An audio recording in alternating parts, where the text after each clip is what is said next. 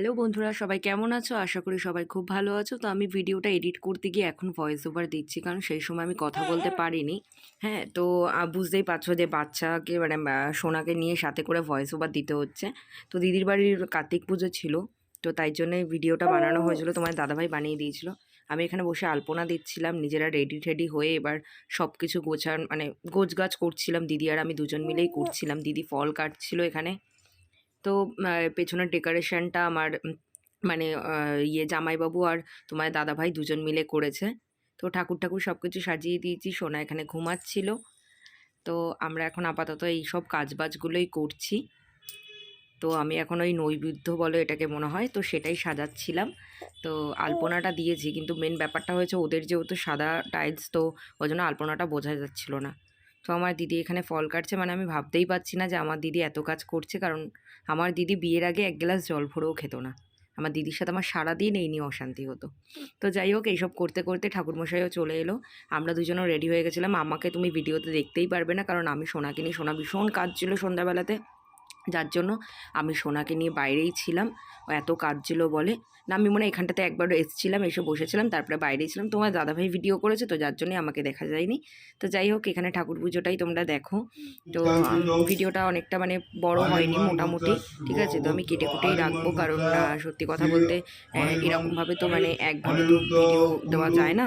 তো যাই হোক, এখানে ঠাকুরমশাই পুজো করছিল, তো আমরাও সেগুলোই এনজয় করছিলাম একসাথে বসে। আমি তো ছিলাম এখন, বাট কিছুক্ষণ পরে আমি এবার চলে গেছিলাম।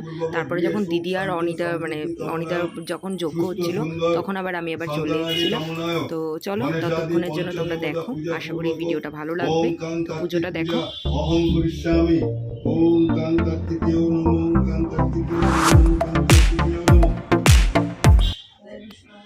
এখানে অঞ্জলির পাঠ হচ্ছিল, তো দিদি অঞ্জলি দিচ্ছিল, দিদি আর জামাইবাবু।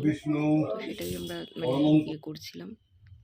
তো তারপরে যজ্ঞের জন্য সব কিছু রেডি করছিল ঠাকুরমশাই। তো ওখানে তো আমার জামাইবাবুকে একদম কার্তিকের বাবা সাজিয়ে বসিয়ে দিয়েছে। বেচারা ভীষণ লজ্জা পাচ্ছিল, আর বারবার করেই একটা কথাই আমাকে বলছিল, ভাই আমাকে ধুতি পরতে হবে, ধুতি পরতে হবে। অ্যাকচুয়ালি আমার জামাইবাবু আমাকে ভাই বলে ডাকে আগাগোড়াই। তো তাই জন্য আমাকে বারবার বলছিল, ভাই আমাকে ধুতি পরতে হবে, কি বাজে লাগবে বলতো, এই করবে সেই করবে, ওই নিয়ে আমরা হাসাহাসি করছিলাম। তো তার মধ্যে আবার তারপরে যজ্ঞগুলো সব শুরু করলো, বা ঠাকুরমশাই সব বলে দিচ্ছে যে কী কী করতে হবে না হবে। যজ্ঞটা যেহেতু মানে ইয়েই করবে, অনিদাই করবে, তাই জন্য। তো চলো দেখো, যজ্ঞ হয়ে যাক। তারপরে অ্যাকচুয়াল ভিডিওগুলো আমি একটুখানি মানে তাড়াতাড়ি করে দিচ্ছি, এই কারণে যেহেতু অনেকটা লং, তার জন্য অনেক বড় বড় করে মানে অনেকটাই বড় করে মানে যজ্ঞটা হয়েছিল। যতটা পারছি দেখাচ্ছি, বাদ বাকি অনেকটা বড় মানে ভিডিও একঘেয়েমি লাগবে, যার জন্য একটুখানি ফাস্টও করে দিচ্ছি। তো এখানে কিছুটা আমি আবার মানে স্লো মোশন করেছিলাম, যে ওই মানে যজ্ঞের উপরে ঘিটা ঢালছিল, তাই জন্য এই বসে বসে করছিলাম। এই ভিডিওগুলো সব আমি করেছিলাম, ততক্ষণ তোমাদের দাদাভাই আবার সোনাকে সামলাচ্ছিল। জানি না কেন সোনা ওই দিনকে এত কাজ ছিল, এত কাজ ছিল, সেখানে বলবার মতো না। তো সবাই বলছিল যে ঘরে এত ধোয়া ধোয়া হয়ে গেছে, ওই জন্য হয়তো ওর কষ্ট হচ্ছে, তাই জন্য। অ্যাকচুয়াল ব্যাপারটা সেটা ছিল না, ব্যাপার হয়ে গেছিলো যে কারণ লক্ষ্মী পুজোতেও আমার ঘরে ওরকম ধোয়া ধোয়া হয়ে গেছিলো। তো সেটা কোনো ব্যাপার না, মেন কথা হলো সকাল থেকে না ঘুমটা ঠিকঠাক হয়নি, যার জন্যই ওরকম করছিল আজকে। তো যাই হোক, চলো যজ্ঞটা কমপ্লিট করে নিক, পুজোটা হয়ে যাক।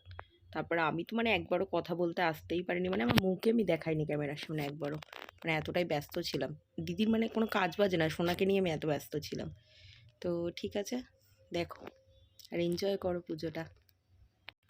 সো আমি আর ভিডিওটা বড় করিনি, ভিডিওটা এই পর্যন্তই ছিল। আশা করি ভিডিওটা তোমাদের ভালো লাগলো। ভালো লাগলে একটা লাইক কমেন্ট শেয়ার করে দিয়ে যাও। নেক্সট ব্লগে আবার দেখা হচ্ছে, ততক্ষণের জন্য দেখতে থাকো আর সঙ্গে থেকো। টাটা।